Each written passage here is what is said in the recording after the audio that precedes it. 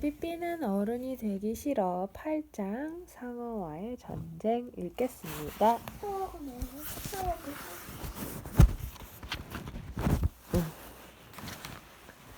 다음날 아침 일찍 삐삐와 토미와 아니카는 오두막에서 기어 나왔다. 하지만 쿠르쿠르드트 아이들은 셋보다 먼저 일어나 있었다. 아이들은 벌써 코코야자 밑에 앉아 새 친구들이 놀러 나오기를 가슴을 두근거리며 기다리고 있었다. 아이들은 쿠르쿠르드트 말로 재빠르게 뭐라고 이야기를 나누며 이를 드러내고 까르르 웃었다. 응. 이제 아이들은 삐삐를 따라 바닷가로 갔다. 토미와 아니카는 몸을 푹 파묻을 수 있을 정도로 보드랍고 하얀 모래와 새파란 바다를 보자 좋아서 폴짝폴짝 뛰었다. 바다는 정말 아름다웠다. 섬에서 약간 떨어진 곳에는 산호초가 병풍처럼 쭉 둘러쳐져 있었다. 그래서 산호초 안쪽의 바다는 거울처럼 잔잔했다. 아이들은 그나마 몸에 걸치고 있던 옷마저 다 벗어던지고 웃고 소리치며 물속으로 뛰어들었다. 얼마 후 아이들은 하얀 모래밭을 굴러다녔다. 삐삐와 토미와 아니카는 자기들 피부도 새까맸으면 싶었다. 까만 피부에 하얀 모래가 묻으면 아주 재미있을 것 같아서였다. 쟤네들은 백인이니까. 하지만 삐삐가 모래 위로 얼굴만 내놓고 누워있는 모습도 정말 볼만했다. 죽은 개 투성이 얼굴과 빨간 머리만 쏙 나와 있었기 때문이다. 아이들은 모두 삐삐와 이야기하려고 삐삐 주위에 빙 둘러앉았다. 모모가 죽은 개 투성이 삐삐에게 말했다. 북쪽 지방 아이들 얘기 좀 해줘. 삐삐가 말했다. 걔들은 곱하기를 좋아해. 아니카가 고쳐 말했다. 곱하기가 아니라 곱하기야. 그러더니 발끈해서 이렇게 덧붙였다. 그리고 우린 곱하기를 좋아하지 않아. 하지만 삐삐는 마구 우겼다.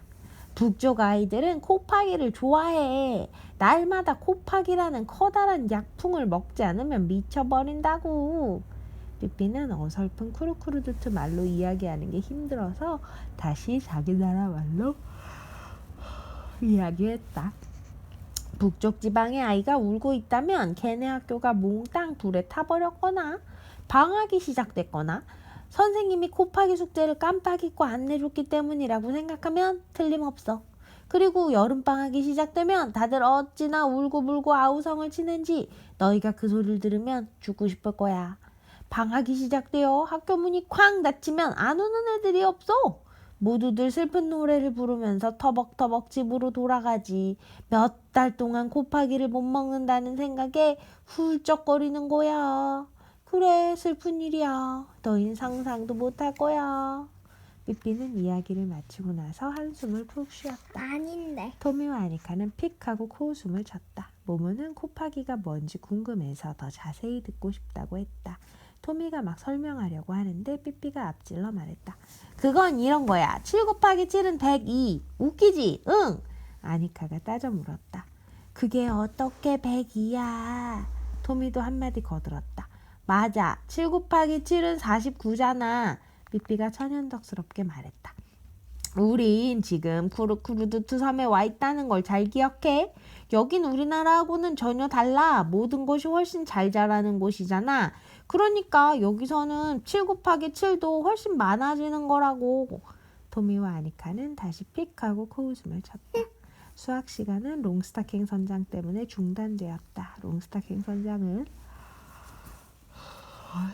선원들과 쿠르쿠르드트 어른들이 야생 멧돼지를 잡으러 2주 동안 다른 섬에 갔다 온다고 알려주러 왔다. 롱스타킹 선장은 신선한 멧돼지 고기를 먹을 수 있다는 생각에 마음이 한껏 부풀어 있었다. 롱스타킹 선장은 여자들도 데려가서 멧돼지가 겁을 먹도록 소리를 지르게 할 생각이라고 했다. 그 말은 아이들만 섬에 남아 있어야 한다는 뜻이었다. 우리 엄마는 가지 마. 그래도 괜찮지? 롱스타킹 선장이 말했다. 삐삐가 말했다. 힌트를 드려볼 테니까 맞춰보세요. 돌봐주는 어른 없이 자기들끼리 지내게 되었을 때 슬퍼하는 아이가 있다는 말을 듣는 날 나는 꼭 구구단을 거꾸로 달달 외울 것이다. 여기에서 나는 누구일까요? 롱스타킹 선장이 단박에 알아맞혔다. 그야 당연히 내 딸이지. 이제 선장과 섬의 모든 어른들은 방패와 활로 단단히 무장하고 큰 카누를 나누어 타고서 쿠르쿠르두트 섬을 떠났다. 삐삐는 두 손을 입가에 대고 떠나는 어른들한테 소리쳤다. 잘 다녀오세요. 만약 내 15번째 생일날까지 안 돌아오시면 무선으로 조난 신고를 할게요. 무선으로 전화 신고한다는 게 뭐야? 무전기로 신고를 한다. 무전기가 뭐야? 전화기 비슷한 거 있어. 응. 조난 신고는 배가 망가지거나 사고를 당했다는 걸 신고하는 거야. 응. 삐삐와 토미와 아니카와 모모와 모아나와 다른 아이들은 자기들만 남게 되자 즐거운 얼굴로 서로를 바라보았다. 며칠 동안 남쪽 바다의 이 멋진 섬이 자기들 차지가 된 것이다. 토미와 아니카가 나네들은 다 까만색인데 토미와 아니카만 흰색이야. 피부. 우리 이제 뭘 할까? 삐삐가 말했다. 먼저 나무에 올라가서 아침거리부터 따자. 삐삐는 번개같이 야자나무로 올라가서 야자 열매를 떨어뜨렸다. 모모와 다른 쿠르쿠르두트 아이들은 빵나무 열매와 바나나를 따왔다. 삐삐는 바닷가에 불을 피우고 맛있는 빵나무 열매를 구웠다. 아이들은 빙 둘러앉아 구운 빵나무 열매와 야자 열매의 즙과 바나나로 든든하게 배를 채웠다. 쿠르쿠르두트 섬에는 말이 한마디도 없었다. 그래서 섬 아이들한테는 삐삐의 말이 아주 근사해 보였다. 용감한 아이들은 말을 타고 아니야, 쿠로쿠로 섬 말 있잖아. 없다니까? 아니, 뭐뭐 아니야. 진짜 알아들을 수 없는 말. 아니 그 말 말고 식인종의 말. 타는 말, 동물 말. 그 말. 용감한 아이들은 말을 타보기도 했다. 모아나가 이렇게 이상한 동물이 사는 북쪽 나라에 한번 가보고 싶다고 말했다. 닐슨 씨는 어디에 있는지 통 보이지 않았다. 정글로 여행을 떠났기 때문이다.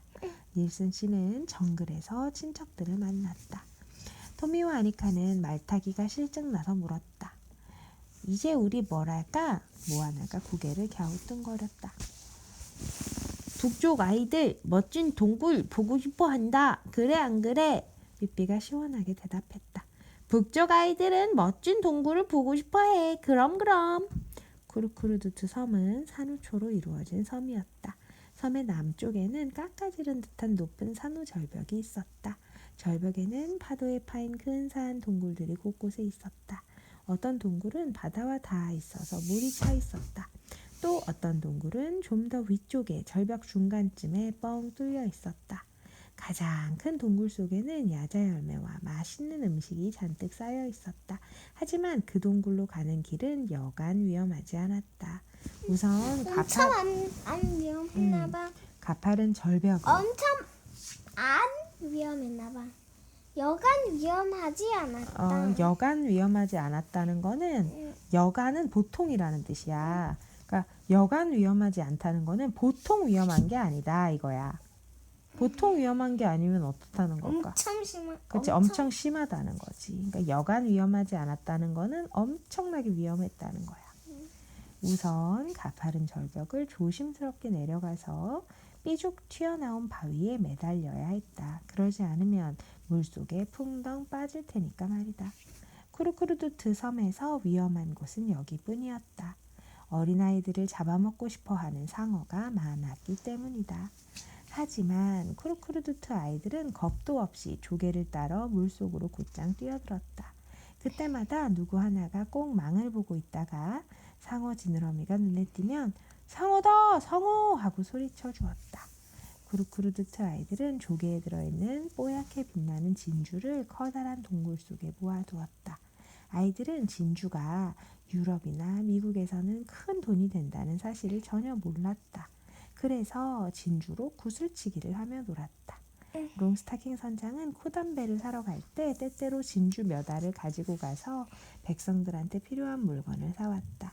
하지만 선장은 쿠르쿠르두트 사람들이 지금 이대로도 풍족하게 살고 있다고 생각했다. 그래서 아이들은 전과 저긴 다름없이 진주가 많은가 봐. 즐겁게 진주로 구슬치기를 하면서 놀았다. 상관없기다. 토미가 그 큰 동굴에 가려면 절벽을 타고 내려가야 한다고 말하자 아니카는 겁이 덜컥 났다. 처음에는 그런 대로 괜찮았다. 걸어갈 수 있을 만한 넓은 바위가 계속해서 삐죽 튀어나와 있었으니까.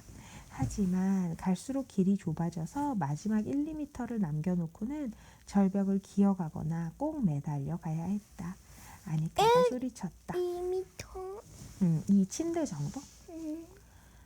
안 되겠어. 난 못해. 아니카가 소리쳤다. 잡을 곳도 변변찮은 절벽을 기어가다니 말도 안 된다고 아니카는 생각했다. 발밑에는 아이들이 떨어지기만 기다리는 상어가 득실득실했다. 아니카는 생각만 해도 머리가 어찔했다. 토미는 절벽을 따라 기어가면서 짜증스럽게 말했다. 아무튼 동생을 남쪽 바다로 데려오는 게 아니야. 아니카, 날 봐. 이렇게 하면 된단 말이야. 그때 풍덩 하는 큰 소리가 났다. 토미가 물에 빠진 것이다. 아니카가 깍 하고 비명을 질렀다. 쿠르쿠르두트 아이들조차 겁에 질렸다. 아이들은 바다를 가리키며 상어다 상어 하고 소리쳤다. 지느러미 하나가 수면을 가르며 토미 쪽으로 재빨리 다가가는 것이 눈에 똑똑히 보였다. 그때 다시 풍덩 하는 소리가 들렸다. 이번에는 삐삐가 바다로 뛰어든 것이다. 삐삐는 상어와 거의 동시에 토미에게 다가갔다. 토미는 겁에 질려 미친 듯이 비명을 질렀다. 상어가 날카로운 이빨로 자기 다리를 핥히는 것이 느껴졌다. 하지만 그 순간 삐삐가 두 손으로 피에 굶주린 짐승을 물 위로 번쩍 들어 올렸다. 삐삐가 상어한테 물었다. 부끄럽지도 않니? 상어는 깜짝 놀라서 주위를 두리번거렸다. 물 밖에서는 숨을 쉴 수가 없기 때문이었다. 삐삐가 상어한테 진지하게 말했다. 다시는 안 그러겠다고 약속해. 그럼 놓아줄게. 삐삐는 있는 힘껏 상어를 집어 던졌다. 상어는 그 순간 당장 이곳을 떠나 대서양으로 가야겠다고 대서양이 얼만큼 먼 거야? 엄청 먼 바다야. 다른 바다야. 무서운가 봐.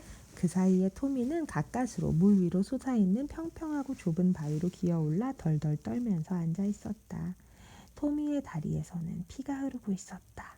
그때 삐삐가 올라왔다. 그런데 삐삐가 똥딴지 같은 행동을 했다. 먼저 토미를 번쩍 들어 올리더니 숨이 막힐 정도로 꼭 껴안았다. 그런 다음 갑자기 토미를 탁 내려놓더니 바위에 걸터 앉았다.